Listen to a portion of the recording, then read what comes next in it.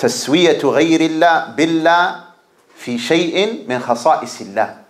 To equate other than Allah, to consider other than Allah to be equal with Allah in that which is specific for Allah. So for example, if somebody said there's someone that creates, وَالْعِيَاذُ بِاللَّهِ, like that belief that's going around in this time, people say think positive, think certain things, because if you think it enough, you'll create it. You're not creating nothing. So think about $1 million, then show me it. Let's use logic. طيب, هاتوا برهانكم. Think about $1 million.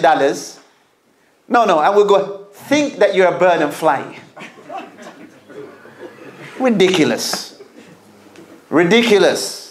Safaha. Naam.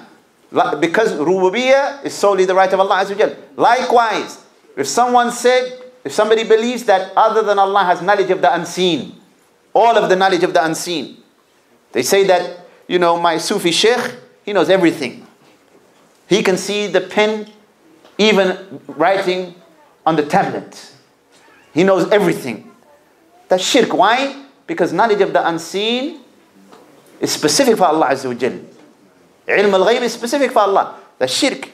Likewise, if somebody directs any form of worship to other than Allah, that's shirk. Why? Because worship is the sole right of Allah. Worship is specific for Allah. So you see the definition? تسوية غير الله بالله في شيء من خصائص الله. And the proof of that, إذ نسويكم برب العالمين. The mushrikun, they will say to that which they worship besides Allah in the hellfire, we used to make you equal with the Lord of all of the creation. أينما حلت السنة بأرض ارتحلت البدعة بل